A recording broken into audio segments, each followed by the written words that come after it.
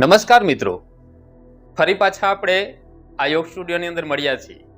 ગિરનાર યોગ સ્ટુડિયોની અંદર આપનું સ્વાગત છે. હું છું કમલ યોગી અને આપણે યોગની ધારામાં સતત વહેતા જઈએ છીએ. તો આપણે આગળના ઘણા બધા એપિસોડ આપણે જોયા હશે અને આપ ખૂબ ગમ્યા હશે. એ ગમ્યા હોય તો આપ લાઈક કરો, શેર કરો અને સબસ્ક્રાઈબ કરો. આજનો જે આપણી યોગ સાધનાનો વિષય છે તે છે પાતંજલ યોગ દર્શન, એટલે કે અષ્ટાંગ યોગનો પરિચય મેળવવાનો છે. આપણે જોઈએ છે કે યોગી સાધકને કેવી રીતના પોતાનું જીવન છે એ જીવવું જોઈએ, કે જે ક્રમબદ્ધ રીતે જોડાયેલા આ 8 અંગો છે એને સમજણ આપણે ખૂબ હોવી જરૂરી છે. આપણે જોઈએ છે કે અલગ અલગ યોગના અભ્યાસક્રમોની અંદર અલગ અલગ રીતે યોગની પરંપરાઓ, શાખાઓ હોય છે. એવી રીતના આ પાતંજલ યોગ દર્શન પણ આપણે વિવિધ અભ્યાસક્રમોની અંદર પ્રથમ ચેપ્ટર કહીએ કે જે યોગનો પાયો છે તે પાતંજલ યોગ દર્શનની અંદરથી એ અષ્ટાંગ યોગની માહિતી મળે છે. આ અષ્ટાંગ યોગ આપણે સામાન્ય લોકો કેવી રીતના સમજી શકીએ એના માટે આપણે હવે આગળ એની ચર્ચા કરીએ છીએ.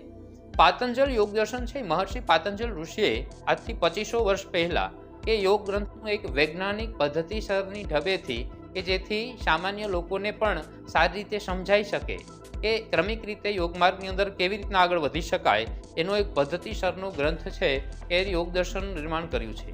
આપણે જોઈએ છે કે આપણે ભારત વર્ષની અંદર 6 દર્શનો છે.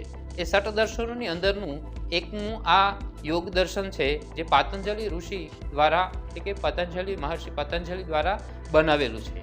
આ યોગ દર્શન છે એની અંદર અલગ અલગ સૂત્રોનું નિરૂપણ કરેલું છે, એટલે કે નિર્માણ કરેલું છે ને અલગ 4 ભાગ એટલે કે 4 એના પાદ છે જે આપણે ભાગ કહીએ છીએ. અહીંયા શબ્દ વાપર્યો છે પાદ શબ્દ, એટલે કે 4 પાદની અંદર અલગ અલગ સૂત્રોને ક્રમિક રીતે, વ્યવસ્થિત રીતે, સુગ્રથિત રીતે, જે સરળ રીતે સામાન્ય લોકોને સમજાય એ રીતને બનાવેલો ગ્રંથ છે. એની અંદર 4 પાદ, જો એમાં પહેલું પાદ છે તે સમાધિ પાદ છે કે જેની અંદર 51 જેટલા સૂત્રોનો સંગ્રહ કરવામાં આવ્યો છે. બીજું પાદ છે તે સાધન પાદ છે, એની અંદર 55 જેટલા સૂત્રો છે. ત્રીજા નંબરનું જે પાદ છે તે વિભૂતિ પાદ છે, તેની અંદર પણ 55 જેટલા સૂત્રો છે. કૈવલ્ય પાદ એટલે કે જો ચોથા નંબરનું પાદ છે કૈવલ્ય પાદ, તેની અંદર 35 જેટલા સૂત્રો સંગ્રહિત કરવામાં આવ્યા છે.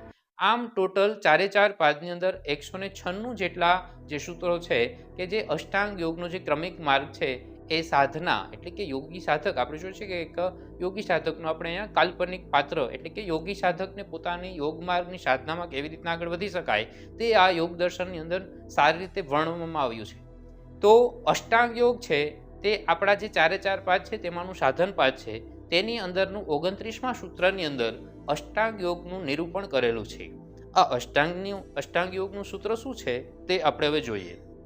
યમ નિયમાસન પ્રાણાયામ પ્રત્યાહાર ધારણા ધ્યાન સમાધિઓ અષ્ટદાની, એટલે કે એનો ગુજરાતીમાં શું અર્થ થાય છે તો કે યમ, નિયમ, આસન, પ્રાણાયામ, પ્રત્યાહાર, ધારણા, ધ્યાન, સમાધિ, આ 8 અંગ છે એ ક્રમિક રીતે, એટલે કે એનું જે સૂત્ર આપણે આગળ જોયું એ 8 અંગ છે ક્રમિક રીતે છે કે જેમાં અંતરંગ અને બહિરંગ એટલે કે ફિઝિકલ બોડી અને મન સાથે જોડાયેલા આ 8 અંગ છે કે જેને 2 ભાગમાં વહેંચી શકાય છે, એટલે કે અંતરંગ અને બહિરંગ દ્વારા. તો યમ, નિયમ, આસન, પ્રાણાયામ, પ્રત્યાહાર, ધારણા, ધ્યાન અને સમાધિ, આ રીતે તેનો ક્રમ છે. જેમાં પહેલું છે યમ, તો એના 5 યમ આપેલા છે: સત્ય, અહિંસા, અસ્તેય, અપરિગ્રહ અને બ્રહ્મચર્ય. બીજા નંબરનું જે 8 અંગની અંદર બીજું અંગ છે તે નિયમ છે. નિયમની અંદર શૌચ, સંતોષ, તપ, સ્વાધ્યાય અને ઈશ્વર પ્રણિધાન, અને એ પછી ક્રમિક રીતે આસન, પ્રાણાયામ, પ્રત્યાહાર, ધારણા, ધ્યાન અને સમાધિ છે. આપણે જોઈએ છે કે યોગ સાધના એટલે કે આધ્યાત્મિક માર્ગની અંદર આગળ વધવાની અને યોગીઓને મોક્ષ સુધી લઈ જનારી આ યોગ યાત્રા એ અષ્ટાંગ યોગની જે આખી પદ્ધતિસર છે, યોગી સાધક તેને જ્યારે પોતાના જીવનની અંદર ઉતારે છે અને એ રીતે એનું જીવન આખું જીવન વ્યતીત કરે તો ખરેખર મને લાગે છે કે સમાધિની ઉચ્ચ અવસ્થા સુધી પહોંચી શકાય એમ છે. તો આ લાઈફસ્ટાઈલ અંદરની અંદર આધુનિક સમયની અંદર ભાગદોડની અંદર જો તમારે શાંતિ અને તમારે માનસિક શાંતિ સાથે શારીરિક શાંતિ, માનસિક શાંતિ, આધ્યાત્મિક અને સામાજિક રીતે જો તમારે પોતાનું સાત્વિક રીતે જીવન જીવવું હોય તો અષ્ટાંગ યોગ છે એ આપના માટે ખૂબ લાભદાયી રહેશે. આ અષ્ટાંગ યોગ વિશે સામાન્ય જ્ઞાન મેળવ્યું છે. હવે પછીના વિડીયોમાં આપણે યમ નિયમ શું છે તેના વિશે આપણે વ્યવહારિક રીતે ચર્ચા કરશું.